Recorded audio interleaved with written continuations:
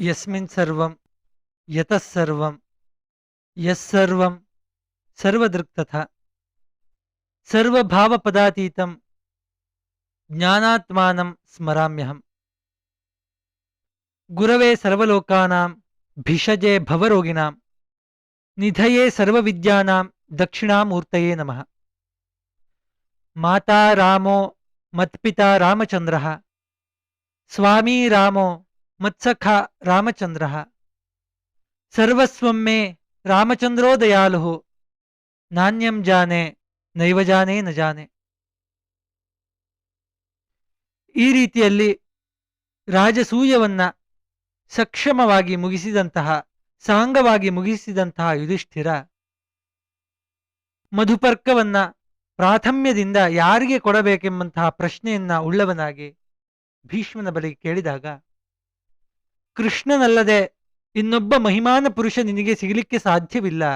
ಇಲ್ಲಿ ನೆರೆದಂತಹ ಎಲ್ಲರೂ ಪರಾಕ್ರಮಿಗಳೇ ಇದ್ದಾರೆ, ಎಲ್ಲರೂ ಗುಣವಂತರೇ ಇದ್ದಾರೆ. ಆದರೆ ಕೃಷ್ಣನಿಗಿಂತ ಅಗ್ರಗಣ್ಯ ನಿನಗೆ ಮತ್ತೊಬ್ಬ ಸಿಗಲಾರ ಎಂಬುದಾಗಿ ಹೇಳ್ತಾರೆ.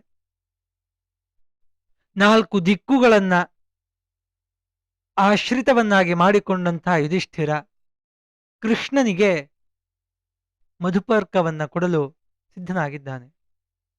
ಆದರೆ ಶಿಶುಪಾಲ ಎಂಬಂತಹ ರಾಜನಿಗೆ ಇದನ್ನ ಸಹಿಸಿಕೊಳ್ಳಲಿಕ್ಕೆ ಸಾಧ್ಯವಿಲ್ಲ, ಸಾಧ್ಯವಾಗ್ತಾ ಇಲ್ಲ.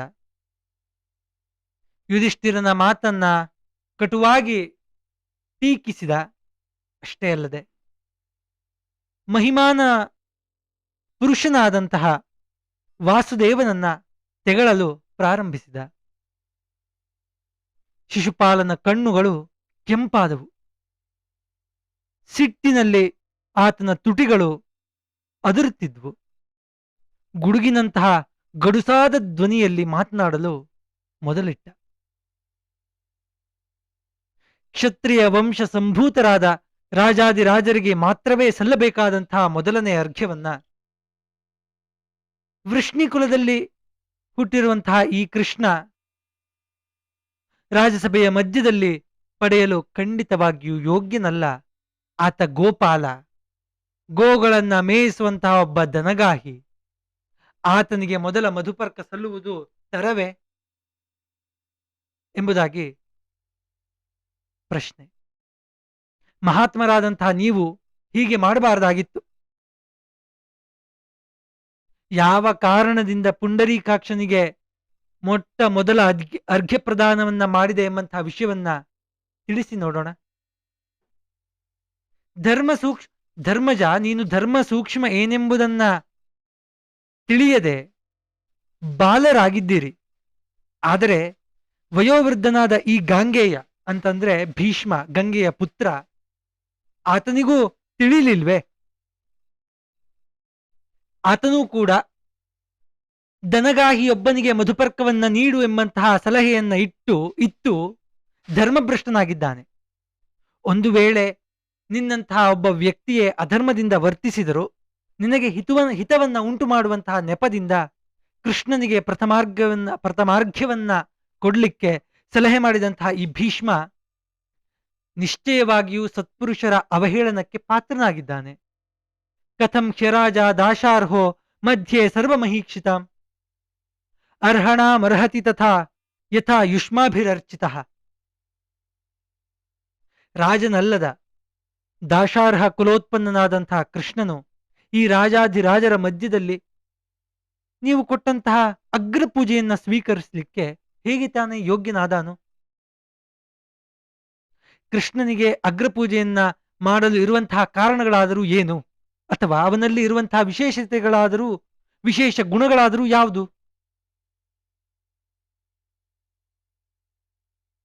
ಕಥಂ ಹ್ಯರಾಜ ದಾಶಾರ್ಹ ಮಧ್ಯೆ ಸರ್ವಮಹೀಕ್ಷಿತಾಂ. ಭೂಪಾಲರ ಮಧ್ಯದಲ್ಲಿ ಭೂಪಾಲರ ಮಹಾಪರಾಕ್ರಮಶಾಲಿಗಳು ನೆರೆದಂತಹ ಸಂದರ್ಭದಲ್ಲಿ ಈ ದಾಶಾರ್ಹ ಕುಲ ಸಂಭೂತನಾದಂತಹ ಗೋಪಾಲನಿಗೆ ಪ್ರಥಮ ಅರ್ಘ್ಯವನ್ನು ನೀಡುವುದು ಹೇಗೆ ತಾನೇ ಸರಿಯಾದೀತು? ಅಥವಾ ಮನ್ಯಸೇ ಕೃಷ್ಣಂ ಸ್ಥವಿರಂ ಕುರುಪುಂಗವ ವಸುದೇವೇ ಸ್ಥಿತೇ ವೃದ್ಧೆ ಕಥಮರ್ಹತಿ ತತ್ಸುತಃ.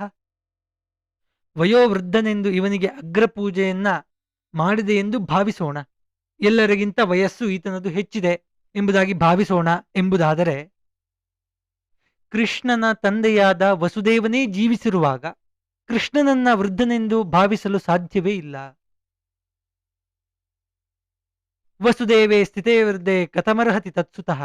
ತಂದೆಯೇ ಬದುಕಿರುವಾಗ ತಂದೆಯನ್ನ ತಿರಸ್ಕರಿಸಿ ಮಗನಿಗೆ ಪುರಸ್ಕರಿಸುವುದು ಲೋಕ ಮರ್ಯಾದೆಗೆ ವಿರುದ್ಧವಾಗಿದೆ ಅಲ್ಲವೇ?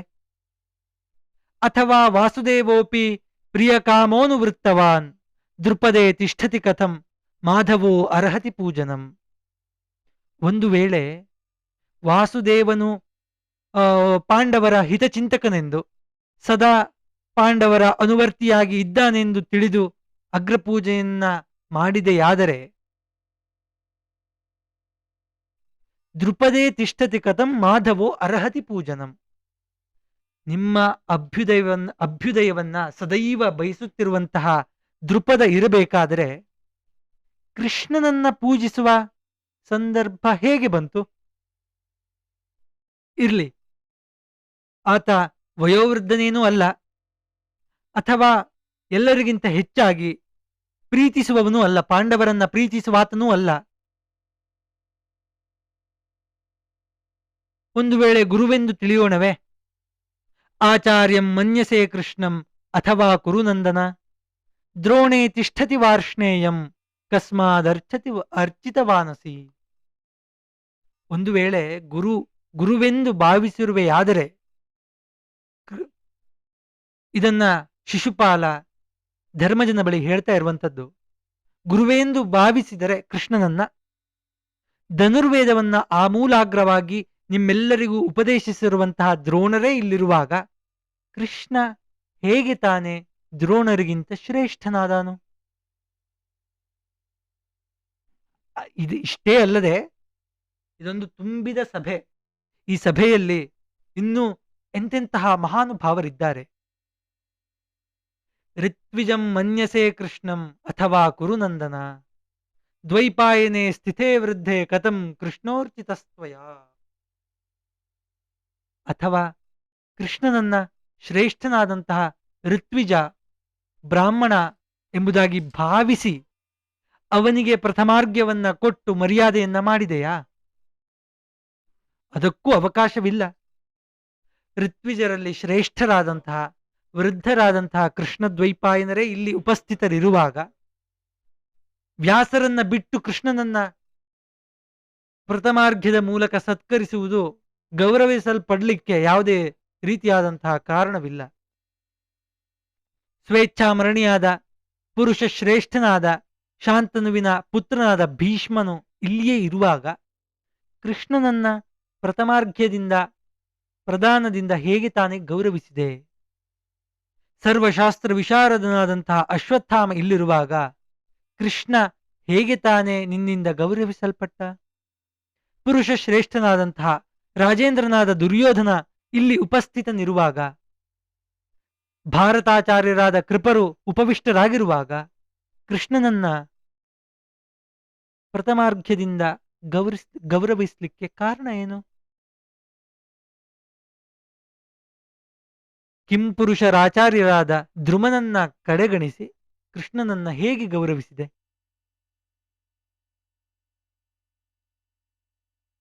ಪಾಂಡುವಿಗೆ ಸಮಾನವಾದ ಪರಾಕ್ರಮವುಳ್ಳ ಶುಭ ಲಕ್ಷಣಗಳನ್ನು ಹೊಂದಿರುವ ಭೀಷ್ಮಕನ ಒಂದು ಉಪಸ್ಥಿತಿಯಲ್ಲಿ ರಾಜಶ್ರೇಷ್ಠನಾದ ರುಕ್ಮನಿರುವಾಗ, ಏಕಲವ್ಯ ಇಲ್ಲಿಯೇ ಬಂದಿರುವಾಗ, ಮದ್ರಾಧಿಪತಿ ಶಲ್ಯನೂ ಇದ್ದಾನೆ. ಇಂತಹ ಎಲ್ಲರನ್ನ ಕಡೆಗಣಿಸಿ ಕೃಷ್ಣನನ್ನ ಹೇಗೆ ಗೌರವಿಸಿದೆ? ಈ ಮಹಾಸಭೆಯಲ್ಲಿ ಉಪಸ್ಥಿತನಾಗಿರುವಾಗ ಕರ್ಣನೂ ಇದ್ದಾನೆ. ಎಲ್ಲ ರಾಜರ ಪ್ರಶಂಸೆಗೂ ಪಾತ್ರನಾಗಿದ್ದಾನೆ.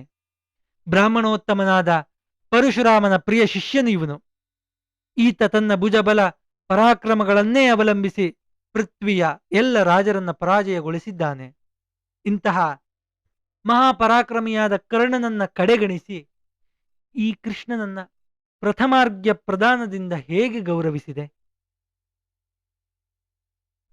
ನೈವಋತ್ವಿಂಗ್ ನೈವ ಆಚಾರ್ಯ ನ ರಾಜ ಮಧುಸೂದನ ಅರ್ಚಿತಶ್ಚ ಕುರುಶ್ರೇಷ್ಠ ಕಿಮನ್ಯತ್ ತ್ರಿತಕಾಮ್ಯಯ. ಈ ಮಾಧವ ಕೃಷ್ಣ ಇವನು ಋತ್ವಿಜನೂ ಅಲ್ಲ, ಆಚಾರ್ಯನೂ ಅಲ್ಲ, ರಾಜನೂ ಅಲ್ಲ. ಇಂತಹವನಿಗೆ ಅಗ್ರಪೂಜೆಯನ್ನ ಕೊಟ್ಟ ನಿನ್ನ ಆಶಯವಾದರೂ ಏನು? ಒಂದು ವೇಳೆ ಧರ್ಮಜ ಕೃಷ್ಣನಿಗೆ ಪ್ರಥಮ ಪೂಜೆಯನ್ನ ಸಲ್ಲಿಸಬೇಕೆಂಬುದು ನಿಶ್ಚಯವಾಗಿದ್ದರೆ ಉಳಿದಂತಹ ರಾಜರನ್ನ ಏಕೆ ಆಹ್ವಾನಿಸಿದ? ಎಲ್ಲರನ್ನ ಆಹ್ವಾನಿಸಿ ಇವರ ಸಮಕ್ಷಮದಲ್ಲಿ ಕೃಷ್ಣನಿಗೆ ಅಗ್ರಪೂಜೆಯನ್ನ ಮಾಡಿದ್ದರಿಂದ ಉಳಿದ ರಾಜರನ್ನ ಅವಮಾನಿಸಿದಂತೆ ಆಗಲಿಲ್ಲವೇ? ರಾಜರನ್ನ ತಿರಸ್ಕರಿಸುವ ಸಲುವಾಗಿ ಹೀಗೆ ಮಾಡಿದ್ದ? ಹಾಗಾದ್ರೆ ಯುಧಿಷ್ಠಿರ ಸಾರ್ವಭೌಮನೇ ಇರಬಹುದು. ನೆರೆದ ಎಲ್ಲ ರಾಜರು ಯುಧಿಷ್ಠಿರನ ಸಾರ್ವಭೌಮತ್ವವನ್ನ ಒಪ್ಪಿರಬಹುದು. ಆದರೆ ಕೇವಲ ಭೀತಿಯಿಂದ ಎಲ್ಲರೂ ಭೀತಿಯಿಂದ ಸಾರ್ವಭೌಮತ್ವವನ್ನು ಒಪ್ಪಿಕೊಂಡಿಲ್ಲ. ಎಲ್ಲರೂ ಭಯದಿಂದ ಕಪ್ಪ ಕಾಣಿಕೆಗಳನ್ನ ಸಲ್ಲಿಸ್ತಾ ಇಲ್ಲ. ಯಾವ ವಿಧವಾದ ಪ್ರತಿಫಲಕ್ಕಾಗಿಯೂ ಅಥವಾ ಶರಣಾಗತವಾಗುವ ಇಚ್ಛೆಯಿಂದಲೂ ಅಲ್ಲ.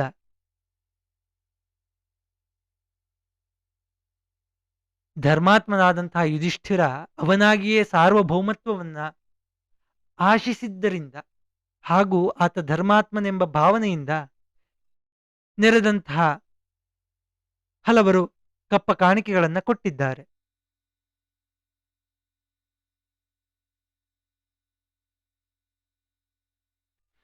ಕಪ್ಪ ಕಾಣಿಕೆಗಳನ್ನಿತ್ತ ರಾಜರನ್ನ ಅವಮಾನ ಮಾಡಬೇಕೆಂಬ ಕಾರಣವೊಂದಲ್ಲದೆ ಮತ್ತಾವ ಕಾರಣದಿಂದ ರಾಜತ್ವದ ಕುರುಹೇ ಇಲ್ಲದಂತಹ ಕೃಷ್ಣನಿಗೆ ಅಗ್ರಪೂಜೆ ನಡೆದಿದೆ? ಈ ಧರ್ಮಪುತ್ರನಿಗೆ ಆಕಸ್ಮಿಕವಾಗಿ ಧರ್ಮಾತ್ಮನೆಂಬ ಯಶಸ್ಸು ಬಂದಿತ್ತು. ನಮ್ಮೆಲ್ಲರ ಸಮಕ್ಷಮದಲ್ಲಿಯೇ ಈತ ಧರ್ಮಭ್ರಷ್ಟನಾಗಿದ್ದಾನೆ. ಕೃಷ್ಣನನ್ನ ಪೂಜಿಸಿದನಲ್ಲ, ಇವನಿಗೆ ಇನ್ನು ಮುಂದೆ ಪುರಸ್ಕಾರ ಕೊಡುವವರು ತಾನೇ ಯಾರಿದ್ದಾರೆ ಎಂಬುದಾಗಿ ಶಿಶುಪಾಲ ಹೇಳ್ತಾ ಇದ್ದಾನೆ. ವೃಷ್ಣಿಕುಲ ಕಳಂಕನಾದ ಈ ಕೃಷ್ಣ ಮಹಾತ್ಮನಾದ ಜರಾಸಂಧನನ್ನ ವೀರ ಕ್ಷತ್ರಿಯರಿಗೆ ಉಚಿತವಲ್ಲದ ರೀತಿಯಲ್ಲಿ ವಧೆ ಮಾಡಿಸಿದ್ದಾನೆ. ಇದು ಅಪರಾಧವೇ ಅಲ್ವೇ? ಈ ರೀತಿಯಾಗಿ ಹೇಳ್ತಾ ಶಿಶುಪಾಲನ ಕೋಪ ಕ್ಷಣ ಕ್ಷಣಕ್ಕೂ ಉಕ್ಕುತ್ತಿತ್ತು. ಸಭೆ ಸಂಪೂರ್ಣವಾಗಿ ಸ್ತಬ್ಧವಾಗಿದೆ. ಶಿಶುಪಾಲನ ಕರ್ಕಶವಾದಂತಹ ಮಾತುಗಳು ಮುಂದುವರಿತಾ ಇದೆ. ಶಿಶುಪಾಲ ವಿಚಿತ್ರವಾಗಿ ನಗುತ್ತಾ ಮಾತನ್ನ ಮುಂದುವರಿಸ್ತಾ ಇದ್ದಾನೆ. ಧರ್ಮರಾಜನಿಂದ ತಿರಸ್ಕೃತವಾಯಿತು.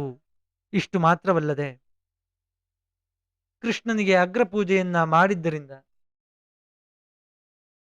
ಪಾಂಡವರ ಕಾರ್ಪಣ್ಯ ಪ್ರದರ್ಶನವೂ ಆಯಿತು.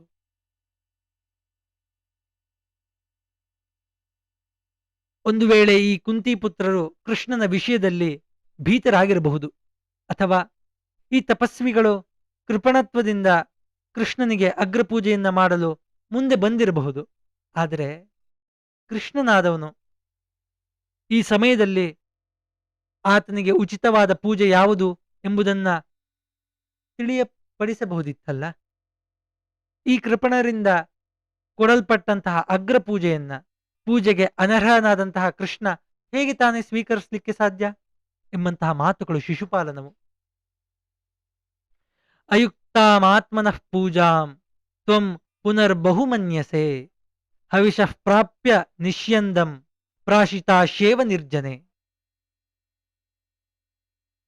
ಮಾಡಿದಂತಹ ಅಗ್ರಪೂಜೆ ಕೃಷ್ಣನ ಅಂತಸ್ತನ್ನ ಗೌರವವನ್ನ ಹೆಚ್ಚಿಸಿ ಬಿಡುವುದು ಎಂಬುದಾಗಿ ತಿಳಿದುಕೊಂಡಿದ್ದೀಯಾ? ಪವಿತ್ರತಮವಾದ ಹವಿಸ್ಸಿನ ಪಾತ್ರೆಯನ್ನ ನಾಯಿ ಕಚ್ಚಿಕೊಂಡು ಹೋಗಿ ನಿರ್ಜನ ಪ್ರದೇಶದಲ್ಲಿ ತಿಂದುಬಿಟ್ಟ ಮಾತ್ರಕ್ಕೆ ನಾಯಿಯ ಅಂತಸ್ತು ಗೌರವಗಳು ಹೆಚ್ಚಾದೀತೆ? ನಿಶ್ಚಯವಾಗಿ ಹೇಳುವುದಾದರೆ ಕೃಷ್ಣನಿಗೆ ಸಂದಂತಹ ಅಗ್ರಪೂಜೆಯಿಂದ ಈ ಕುಂತಿ ಪುತ್ರರು ಇಲ್ಲಿ ನೆರೆದಂತಹ ರಾಜಾದಿರಾಜರನ್ನ ಅವಮಾನ ಮಾಡಿದಂತೆ ಆಗುವುದಿಲ್ವೇ?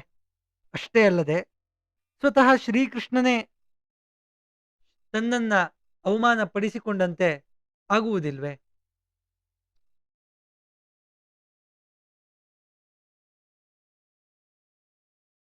ರಾಜಲಕ್ಷಣಗಳೇ ಇಲ್ಲದಂತಹ ಕೃಷ್ಣನಿಗೆ ರಾಜರಿಗೆ ಉಚಿತವಾದಂತಹ ಅಗ್ರಪೂಜೆಯನ್ನ ಕೊಟ್ಟಿರುವಂಥದ್ದು ಅವಮಾನ ಅಂತಾಗ್ಲಿಲ್ವೇ?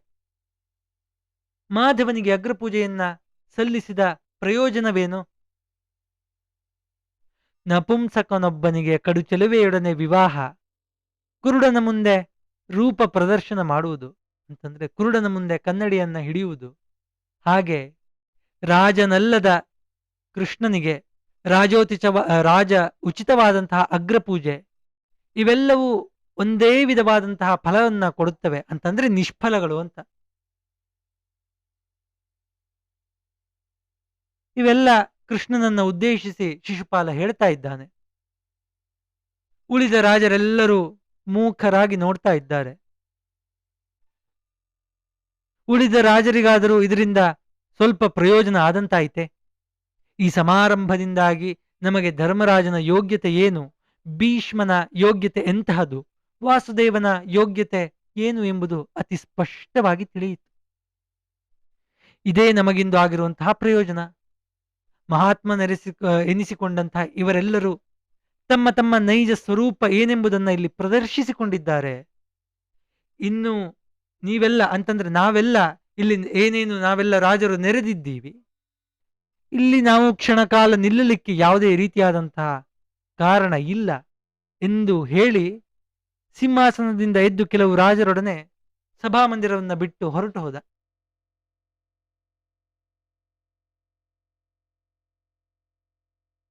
ಇದನ್ನ ಕೇಳಿ ಶಿಶುಪಾಲನ ಮಾತುಗಳನ್ನ ಎಲ್ಲರೂ ಆಲಿಸ್ತಾ ಇದ್ದಾರೆ.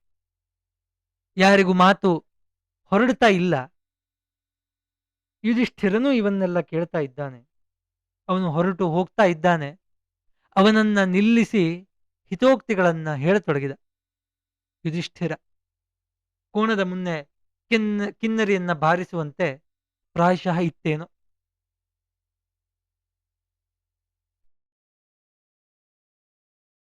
ಶಿಶುಪಾಲನೂ ಕೂಡ ಮಹಾನ್ ಪರಾಕ್ರಮಿಯೇ. ಆತನಲ್ಲೂ ಅನೇಕ ಶೌರ್ಯ ಗುಣಗಳು ತುಂಬಿವೆ. ಅವನ ಬಾಯಿಂದ ಹೊರಟಂತಹ ಮಾತುಗಳು ಆತನ ಘನತೆಗೆ ತಕ್ಕುದಲ್ಲ. ಪಿತಾಮಹನಾದಂತಹ ಭೀಷ್ಮ ಧರ್ಮ ಸೂಕ್ಷ್ಮವನ್ನ ತಿಳಿದಿಲ್ಲ ಎಂದು ಹೇಳಿರುವಂತಹ ಮಾತುಗಳೇನಿದೆ ನಿಶ್ಚಯವಾಗಿಯೂ ಪಾಪಕರ ಹಾಗೂ ಕರ್ಣ ಕಠೋರವಾಗಿದೆ. ಆತನೂ ಕೂಡ ಒಂದು ರಾಜ್ಯದ ದೊರೆ. ಆತ ಉಳಿದ ರಾಜರುಗಳನ್ನ ನೋಡಿ ದುರ್ಯೋಧನನನ್ನಾದರೂ ನೋಡಿ ಸುಮ್ಮನಿರಬಾರದೇಕೆ? ಇಲ್ಲಿ ನೆರೆದಂತಹ ರಾಜರಲ್ಲಿ ಶಿಶುಪಾಲನಿಗಿಂತ ಹಿರಿಯರು ಅನೇಕರಿದ್ದಾರೆ. ಅವರೆಲ್ಲ ಕೃಷ್ಣನಿಗೆ ಇತ್ತಿರುವಂತಹ ಅಗ್ರಪೂಜೆಯನ್ನ ಒಪ್ಪಿಕೊಳ್ಳುವುದು ಯುಕ್ತವಾಗಿದೆ ಅಂತಂದ್ರೆ ನಿನಗೆ ಯಾಕೆ ಒಪ್ಪಿಗೆ ಆಗ್ತಾ ಇಲ್ಲ? ಭೀಷ್ಮ ನಿಶ್ಚಯವಾಗಿ ಕೃಷ್ಣ ಯಾರು ಎಂಬುದನ್ನ ತತ್ವತಃ ತಿಳಿದಿದ್ದಾನೆ. ಕೃಷ್ಣನ ವಿಷಯದಲ್ಲಿ ಭೀಷ್ಮನಿಗೆ ತಿಳಿದಿರುವಷ್ಟು ಶಿಶುಪಾಲನಿಗೆ ತಿಳಿದಿಲ್ಲ. ಶಠನ ವಿಷಯದಲ್ಲಿ ಧರ್ಮಜನು ಉಪಯೋಗಿಸಿದ ಸತ್ವಗುಣೈಕ ಪ್ರಧಾನವಾದ ವಚನಗಳು ಭೀಷ್ಮನಿಗೆ ಹಿಡಿಸಿದಾಯಿತು. ಧರ್ಮಜನ ಮಾತು ಮುಗಿತಾ ಇರುವಂತೆ ಭೀಷ್ಮ ಹೇಳ್ತಾನೆ, ನಾಸ್ಮೈ ದೇಯೋ ಹ್ಯನುನಯೋ ನಾಯಮರ್ಹತಿ ಸಾಂತ್ವನಂ. ಸಾಮೋಪಾಯದ ಮಾತುಗಳನ್ನ ಶಠನಾದಂತಹ ವ್ಯಕ್ತಿಗೆ ಹೇಳಿದರೆ ಏನು ಪ್ರಯೋಜನ? ಸಾಂತ್ವನ ನೀಡಲಿಕ್ಕೆ ಈತ ಯೋಗ್ಯ ವ್ಯಕ್ತಿಯಲ್ಲ. ಲೋಕವೃದ್ಧತಮೇ ಕೃಷ್ಣೇ ಯೋ ಅರ್ಹಣಾಂ ನಾಭಿಮನ್ಯತೆ. ಎಂಬುದಾಗಿ ಭೀಷ್ಮರು ಹೇಳ್ತಾರೆ. ಸನಾತನನಾದಂತಹ, ಅಪ್ರಮೇಯನಾದಂತಹ, ಲೋಕವೃದ್ಧನಾದಂತಹ, ಪುರಾಣ ಪುರುಷನಾದಂತಹ ಶ್ರೀಕೃಷ್ಣನಿಗೆ ಸಲ್ಲಿಸಿದ ಅಗ್ರಪೂಜೆ ಸರಿಯಾಗಿಯೇ ಇದೆ. ಇದಕ್ಕೆ ಪ್ರತಿಯಾಗಿ ತೋರಿಸಿದಂತಹ ಪ್ರತಿಭಟನೆಯನ್ನ ತೋರಿದವನಿಗೆ ಸಾಮೋಪಾಯದ ಮಾತುಗಳು ಖಂಡಿತವಾಗಿಯೂ ಸಲ್ಲತಕ್ಕದ್ದಲ್ಲ. ಮಹಾಪರಾಕ್ರಮಿಯಾದಂತಹ ಕ್ಷತ್ರಿಯನೊಬ್ಬನು ಕ್ಷತ್ರಿಯರನ್ನ ಜಯಿಸಿ ಸೋತ ಕ್ಷತ್ರಿಯರನ್ನ ಬಿಟ್ಟು ಬಿಟ್ಟರೆ ಜಯಶಾಲಿಯಾದ ಆ ಕ್ಷತ್ರಿಯ ಕುಲಕ್ಕೆ ಗುರು ಎಂದೆನಿಸಿಕೊಳ್ತಾನೆ. ರಾಜಾದಿರಾಜರು ಉಪಸ್ಥಿತರಿರುವಾಗ ಈ ಮಹಾಸಭೆಯಲ್ಲಿ ಸಾತ್ವತಿ ಪುತ್ರನಾದ ಶ್ರೀಕೃಷ್ಣನ ತೇಜಸ್ಸಿನಿಂದ ಪರಾಭವ ಹೊಂದದೇ ಇರುವ ರಾಜನನ್ನ ಒಬ್ಬರನ್ನಾದರೆ ತೋರಿಸು. ಈ ಮಹಾನುಭಾವ ನಮ್ಮಿಂದ ಮಾತ್ರವೇ ಅನಿರ್ವಚನೀಯನಲ್ಲ. ಈ ಅಚ್ಯುತ 3 ಲೋಕದಲ್ಲಿಯೂ ವಂದ್ಯನಾಗಿದ್ದಾನೆ. ಅನೇಕಾನೇಕ ಕ್ಷತ್ರಿಯೋತ್ತಮರು ಶ್ರೀಕೃಷ್ಣನಿಂದ ಪರಾಜಿತರಾಗಿದ್ದಾರೆ. ಸಕಲವಾದ ಈ 14 ಭುವನಗಳು ಆತನಲ್ಲಿಯೇ ಪ್ರತಿಷ್ಠಾಪಿತವಾಗಿದೆ. ಈ ಕಾರಣದಿಂದ ನಾವು ಪರಮಶ್ರೇಷ್ಠನಾದಂತಹ ಹಾಗೂ ವೃದ್ಧರಲ್ಲಿ ವೃದ್ಧನಾದ ಕೃಷ್ಣನಿಗೆ ಅಗ್ರಪೂಜೆಯನ್ನ ಅರ್ಪಿಸಿದ್ದೇವೆ. ಹಾಗಾಗಿ ಶ್ರೀಕೃಷ್ಣ ಅಗ್ರಪೂಜೆಗೆ ಸರ್ವತಾ ಅನರ್ಹ ಎಂದು ಹೇಳುವುದು ಯುಕ್ತ ಅಲ್ಲ. ನಿನ್ನ ಬುದ್ಧಿಯು ಇನ್ನು ಮುಂದಾದರೂ ಈ ದುರಭಿಪ್ರಾಯವನ್ನ ಹೊಂದದಿರಲಿ. ನಾನು ಕೂಡ ಅನೇಕ ಜ್ಞಾನವೃದ್ಧ ವಯೋವೃದ್ಧರ ಸೇವೆಯನ್ನ ಮಾಡಿರುತ್ತೇನೆ. ಮಹಾನುಭಾವರೊಡನೆ ಮಾತನಾಡುವಾಗ ಶೌರ್ಯ ಜನ್ಮ ಪ್ರವೃತ್ತಿ ಮಾಡಿರುವ ಅನೇಕ ವಿಧವಾದಂತಹ ಸಾಹಸ ಕಾರ್ಯಗಳನ್ನು ಕೇಳಿದ್ದೇನೆ. ನಾನಾ ದೇಶಗಳ ಜನರೆಲ್ಲರೂ ಕೃಷ್ಣನ ಗುಣಕಥನವನ್ನ ಮಾಡಿರುವುದನ್ನ ತಿಳಿದಿದ್ದೇನೆ. ಆದ್ದರಿಂದ ಕೃಷ್ಣನ ಅಪಾರವಾದ ಗುಣವನ್ನ ಮನ್ನಿಸಿ ಆತನಿಗೆ ಅಗ್ರಪೂಜೆಯನ್ನ ಸಲ್ಲಿಸಬೇಕೆಂದು ಹೇಳಿದ್ದೇನೆ ಹೊರತು ಕಾರ್ಪಣ್ಯದಿಂದಾಗಲಿ ಅಥವಾ ಬಂಧುತ್ವದ ಕಾರಣದಿಂದಾಗಲಿ ಕೃಷ್ಣನು ನನಗೇನಾದರೂ ಪ್ರತಿಫಲವನ್ನ ನೀಡುವೆನೆಂಬ ದುರಾಸೆಯಿಂದಾಗಲಿ ಪ್ರಥಮ ಪೂಜೆಯನ್ನ ಆತನಿಗೆ ಅರ್ಪಿಸಲಿಕ್ಕೆ ಹೇಳಲಿಲ್ಲ. ಸತ್ಪುರುಷರಿಂದ ಶ್ರೀಕೃಷ್ಣ ಅನುದಿನವೂ ಪೂಜಿಸಲ್ಪಡ್ತಾ ಇದ್ದಾನೆ. ಇವತ್ತು ನಾವು ಪೂಜಿಸ್ತಾ ಇದ್ದೇವೆ.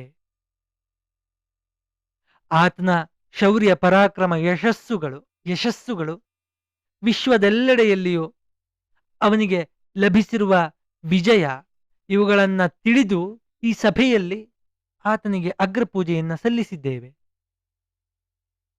ಈ ಸಭೆಯಲ್ಲಿ ನಾವು ಒಬ್ಬ ಬಾಲಕನನ್ನೂ ಪರೀಕ್ಷಿಸದೆ ಉದಾಸೀನ ಮಾಡಿಲ್ಲ. ಇಲ್ಲಿ ಉಪಸ್ಥಿತರಿರುವಾಗ ಎಲ್ಲರನ್ನ ಕೂಲಂಕುಷವಾಗಿ ಪರೀಕ್ಷಿಸಿದ ನಂತರವೇ ಕೃಷ್ಣನೇ ಅಗ್ರಪೂಜೆಗೆ ಅರ್ಹನೆಂಬುದನ್ನ ನಿರ್ಧರಿಸಿದ್ದೇವೆ ಎಂಬುದಾಗಿ ಭೀಷ್ಮರು ಹೇಳ್ತಾರೆ. ಗುಣೈರ್ವೃದ್ಧಾನತಿಕ್ರಮ್ಯ ಹರಿರರ್ಚ್ಯತಮೋಮತಃ. ಆತನಲ್ಲಿರುವಂತಹ ಗುಣಗಳಿಂದ ಹರಿ ವೃದ್ಧರನ್ನು ಅತಿಕ್ರಮಿಸಿ ಅಂತಂದ್ರೆ ಮೀರಿಸಿದ್ದಾನೆ ಎಂಬುದು ನೆರೆದವರೆಲ್ಲರ ಅಭಿಪ್ರಾಯ ಆಗಿದೆ. ಆದ್ದರಿಂದ ಈತ ಕೇವಲ ಪೂಜ್ಯನಲ್ಲ, ಪೂಜ್ಯ ತಮನಾಗಿದ್ದಾನೆ. ಜ್ಞಾನವೃದ್ಧೋ ದ್ವಿಜಾತೀನಾಂ ಕ್ಷತ್ರಿಯಾಣಾಂ ಬಲಾಧಿಕಃ ವೈಶ್ಯಾನಾಂ ಧಾನ್ಯಧನವಾಂಚ ಶೂದ್ರಾಣಾಮೇವ ಜನ್ಮತಃ ಪೂಜ್ಯತಾಯಾಂಚ ಗೋವಿಂದೇ ಹೇತೋ ದ್ವಾವಪಿ ಸಂಸ್ಥಿತೌ. ಬ್ರಾಹ್ಮಣರಲ್ಲಿ ಜ್ಞಾನಿಯಾದವನು ಶ್ರೇಷ್ಠನೆಂದು ಎನಿಸಿಕೊಳ್ತಾನೆ. ಕ್ಷತ್ರಿಯಾಣಾಂ ಬಲಾಧಿಕಃ, ಕ್ಷತ್ರಿಯರಲ್ಲಿ ಯಾರು ಶೌರ್ಯವಂತನೋ, ಯಾರಲ್ಲಿ ಪರಾಕ್ರಮವಿದೆಯೋ ಅಂತಹವನು ಬಲಿಷ್ಠ ಎಂಬುದಾಗಿ ಹೇಳಿಸಿಕೊಳ್ತಾನೆ. ವೈಶ್ಯಾನಾಂ ಧಾನ್ಯಧನವಾನ್, ವೈಶ್ಯರಲ್ಲಿ ಧನ ಧಾನ್ಯ ಸಮೃದ್ಧಿ ಯಾರಲ್ಲಿ ಇದೆಯೋ ಆತ ಶ್ರೇಷ್ಠನೆನಿಸಿಕೊಳ್ಳುತ್ತಾನೆ. ಶೂದ್ರರಲ್ಲಿ ವಯೋವೃದ್ಧ ಪುರಸ್ಕೃತನಾಗ್ತಾನೆ. ಹೀಗೆ ಶ್ರುತಿ ಸ್ಮೃತಿಗಳು ನಿರ್ಣಯ ಮಾಡಿದೆ. ಗೋವಿಂದನಿಗೆ ಅಗ್ರಪೂಜೆಯನ್ನ ಕೊಡಲು ನಿಶ್ಚಯಿಸಿದಾಗ ಈ ನಿಯಮವನ್ನು ನಾವು ಅನುಸರಿಸಿದ್ದೇವೆ ಎಂಬುದಾಗಿ ಭೀಷ್ಮರು ಹೇಳ್ತಾರೆ. ಕೃಷ್ಣನಲ್ಲಿ ಕೇವಲ ಒಂದು ವಿಧವಾದಂತಹ ಶ್ರೇಷ್ಠತ್ವವಲ್ಲ, ಅನೇಕ ವಿಧವಾದಂತಹ ಶ್ರೇಷ್ಠತ್ವಗಳು ಒಬ್ಬನೇ ಕೃಷ್ಣನಲ್ಲಿ ಇದೆ. ವೇದ ವೇದಾಂಗ ವಿಜ್ಞಾನಂ ಬಲಂ ಚಾಪ್ಯಧಿಕಂ ತಥಾ ನೃಣಾಂ ಲೋಕೇ ಹಿ ಕೋನ್ಯೋಸ್ತಿ ವಿಶಿಷ್ಟ ಕೇಶವಾದೃತೆ. ಬ್ರಾಹ್ಮಣ ಶ್ರೇಷ್ಠರಂತೆ ವೇದ ವೇದಾಂಗ ಪಾರಂಗತನಾಗಿ ಮಹಾಜ್ಞಾನಿಯಾಗಿದ್ದಾನೆ ಶ್ರೀಕೃಷ್ಣ. ಅಷ್ಟೇ ಅಲ್ಲದೆ ಕ್ಷತ್ರಿಯ ಶ್ರೇಷ್ಠನಂತೆ ಭುಜಬಲ ಪರಾಕ್ರಮ ಉಳ್ಳವನೂ ಆಗಿದ್ದಾನೆ. ಆದ್ದರಿಂದ ಶ್ರೀಕೃಷ್ಣ ಶ್ರೇಷ್ಠತಮ ಎಂಬುದನ್ನ ಸಭೆ ನಿಶ್ಚಯಿಸಿದೆ. ಅಖಂಡ ಬ್ರಹ್ಮಾಂಡದಲ್ಲಿ ಶ್ರೀಕೃಷ್ಣನಂತಹ ಪರಾಕ್ರಮಿ ಜ್ಞಾನಿ ಬೇರೊಬ್ಬನಿಲ್ಲ ಎಂಬುದಾಗಿ ಭೀಷ್ಮರ ಮತ. ದಾನಂ ದಾಕ್ಷ್ಯಂ ಶ್ರುತಂ ಶೌರ್ಯಂ ಹ್ರೀಹಿ ಕೀರ್ತಿ ಬುದ್ಧಿರುತ್ತಮ ಸನ್ನತಿ ಶ್ರೀಧೃತಿ ತುಷ್ಟಿ ಪುಷ್ಟಿಶ್ಚ ನಿಯತಾಚ್ಯುತೆ ತಮಿಮಂ ಗುಣಸಂಪನ್ನಂ ಆರ್ಯಂಚ ಪಿತರಂ ಗುರುಂ ಅನರ್ಘ್ಯಮರ್ಚಿತಂ ಆಚಾರ್ಹಂ ಸರ್ವೇ ಸಂಕ್ಷಂತು ಮರ್ಹತ. ದಾನ, ಸಾಮರ್ಥ್ಯ, ತತ್ವಜ್ಞಾನ, ಶೌರ್ಯ, ಮರ್ಯಾದೆ, ಕೀರ್ತಿ, ಸೂಕ್ಷ್ಮ ಬುದ್ಧಿ, ದಯೆ, ಸೌಂದರ್ಯ, ಸನ್ನಡತೆ, ದೃಢತೆ, ಸಂತುಷ್ಟಿ, ಪುಷ್ಟಿ ಇತ್ಯಾದಿ ಸಕಲ ಸದ್ಗುಣಗಳು ಅಚ್ಯುತನಲ್ಲಿ ಮೂರ್ತಮತ್ತಾಗಿ ನೆಲೆಸಿದೆ. ಎಲ್ಲ ಸದ್ಗುಣಗಳನ್ನ ಮುದ್ದೆ ಮಾಡಿ ರೂಪುಗೊಳಿಸಿದರೆ ಯಾವ ರೀತಿಯಾದಂತಹ ಮೂರ್ತಿ ಆಗ್ತದೆಯೋ ಆ ರೀತಿಯಲ್ಲಿ ಕೃಷ್ಣನಿದ್ದಾನೆ. ಆದ್ದರಿಂದ ನೆರೆದಂತಹ ರಾಜ ಮಹಾರಾಜರೆಲ್ಲರಿಗೂ ಪರಾತ್ಪರನಾದಂತಹ ಜ್ಞಾನ ಸಂಪನ್ನನಾದಂತಹ ಆಚಾರ್ಯನಾದ ಸರ್ವರಿಗೂ ಪಿತೃಸ್ವರೂಪನಾದಂತಹ ಗುರು ರೂಪನಾದಂತಹ ಕೃಷ್ಣನಿಗೆ ಸಮರ್ಪಿಸುವ ಅಗ್ರ ಪೂಜೆಯಲ್ಲಿ ಯಾವುದೇ ವಿಧವಾದಂತಹ ಸಂದೇಹವಿಲ್ಲ. ಋತ್ವಿಗುರುಸ್ತಥಾಚಾರ್ಯ ಸ್ನಾತಕೋ ನೃಪತಿಃ ಪ್ರಿಯ. ಋತ್ವಿಜ, ಗುರು, ಆಚಾರ್ಯ, ಸ್ನಾತಕ, ರಾಜ, ಹಿತಚಿಂತಕ ಇವರೆಲ್ಲರೂ ಅರ್ಘ್ಯ ಪ್ರದಾನಕ್ಕೆ ಯೋಗ್ಯರಾಗಿದ್ದಾರೆ. ಕೃಷ್ಣನ ವಿಷಯದಲ್ಲಿ ಹೇಳುವುದಾದರೆ ಸರ್ವಮೇತದ್ ಹೃಷಿಕೇಶ ತಸ್ಮಾದಭ್ಯರ್ಚಿತೋಚ್ಯುತಃ. ಕೃಷ್ಣ ಋತ್ವಿಜನೂ ಆಗಿದ್ದಾನೆ, ಜಗದಾದಿ ಗುರುವೂ ಆಗಿದ್ದಾನೆ, ಸ್ನಾತಕನೂ ಆಗಿದ್ದಾನೆ, ರಾಜನೂ ಆಗಿದ್ದಾನೆ, ಪಾಂಡವರ ಹಿತಚಿಂತಕ ಮೊದಲೇ ಆಗಿದ್ದಾನೆ. ಯಾವುದಾದರೊಂದು ಗುಣವನ್ನ ತೋರಿಸಿ ಎಂಬುದಾಗಿ ಶಿಶುಪಾಲನ ಪ್ರಶ್ನೆ ಇತ್ತು. ಆತನಲ್ಲಿಯೇ ಎಲ್ಲ ಗುಣಗಳು ಇವೆ ಎಂಬುದನ್ನ ಭೀಷ್ಮರು ತೋರಿಸ್ತಾ ಇದ್ದಾರೆ. ಕೃಷ್ಣ ಏವ ಹಿ ಲೋಕಾನಾಂ ಉತ್ಪತ್ತಿರಪಿ ಚಾವ್ಯಯ ಕೃಷ್ಣಸ್ಯ ಹಿ ಕೃತೆ ವಿಶ್ವಮಿದಂ ಭೂತಂ ಚರಾಚರಂ. ಕೃಷ್ಣನ ವಿಷಯವಾಗಿ ಲೋಕದೃಷ್ಟಿಯಿಂದ ಇಷ್ಟನ್ನ ಹೇಳಿದ್ದಾಯಿತು. ಶಾಸ್ತ್ರದೃಷ್ಟಿಯಿಂದ ನೋಡಿದರೂ ಕೂಡ ಕೃಷ್ಣನ ಮಹಿಮೆ ಇನ್ನೂ ಅಪರಿಮಿತವಾಗಿಯೇ ಇದೆ. ಸಕಲ ಲೋಕಗಳ ಉತ್ಪತ್ತಿಗೆ ಕಾರಣ ಲಯಕರ್ತ ಕೃಷ್ಣನೇ. ಆತ ನಾಶರಹಿತ, ಸ್ವಯಂ ಜ್ಞಾನಿ. ಕೃಷ್ಣನಿಗಾಗಿ ಈ ಪ್ರಪಂಚವು ಚರಾಚರಗಳು ಸೃಷ್ಟವಾಗಿದೆ. ಇದೆಲ್ಲದನ್ನ ನಾರದರು ತಿಳಿದಿದ್ದಾರೆ. ನಾರದರು ಕೂಡ ಅಲ್ಲಿಯೇ ಕುಳಿತಿದ್ದಾರೆ. ಮುಂದೆ ಆಗಿರುವಂಥದ್ದು, ಹಿಂದೆ ಆಗಿ ಹೋದಂಥದ್ದು ಎಲ್ಲವೂ ನಾರದರಿಗೆ ತಿಳಿದಿದೆ. ಮೊದಲೇ ಅವರು ಚಿಂತಿಸ್ತಾ ಇದ್ರು ಮುಂದೇನಾಗಬಹುದು ಎಂಬುದನ್ನ. ಅವರಿಗೂ ಗೊತ್ತಿದೆ ಕೃಷ್ಣ ನಾರಾಯಣ ಸ್ವರೂಪ, ಅವನ ಇಚ್ಛಾನುಸಾರವಾಗಿಯೇ ಎಲ್ಲವೂ ಸೃಷ್ಟವಾಗಿರುವುದು. ನೆರೆದಂತಹ ರಾಜರು, ಸೈನಿಕರು, ಪದಾತಿಗಳು ಎಲ್ಲರೂ ಆತನ ಆಣತಿಯಂತೆ ಜನ್ಮವೆತ್ತವರೇ. ಅಲ್ಲಾಡುವ ಹುಲ್ಲು ಕಡ್ಡಿಯೂ ಕೂಡ ಅವನ ಆಣತಿಯನ್ನ ಮೀರ್ತಾ ಇಲ್ಲ. ಕೃಷ್ಣಸ್ಯ ಹಿ ಕೃತೆ ವಿಶ್ವಂ ಇದಂ ಭೂತಂ ಚರಾಚರಂ. ಏಷ ಪ್ರಕೃತಿರವ್ಯಕ್ತ ಕರ್ತಾ ಚೈವ ಸನಾತನಃ ಪರಶ್ಚ ಸರ್ವಭೂತೇಭ್ಯಃ ತಸ್ಮಾತ್ ಪೂಜ್ಯತೆ ಪೂಜ್ಯತಮೋಚ್ಯುತ. ಅವ್ಯಕ್ತವಾದಂತಹ ಪ್ರಕೃತಿಯು ಕೃಷ್ಣನೇ, ಕರ್ತೃವು ಕಾರಣನು ಆದ್ಯಂತರಹಿತನಾದಂತಹ ಸನಾತನನು ಕೃಷ್ಣನೇ ಆಗಿದ್ದಾನೆ.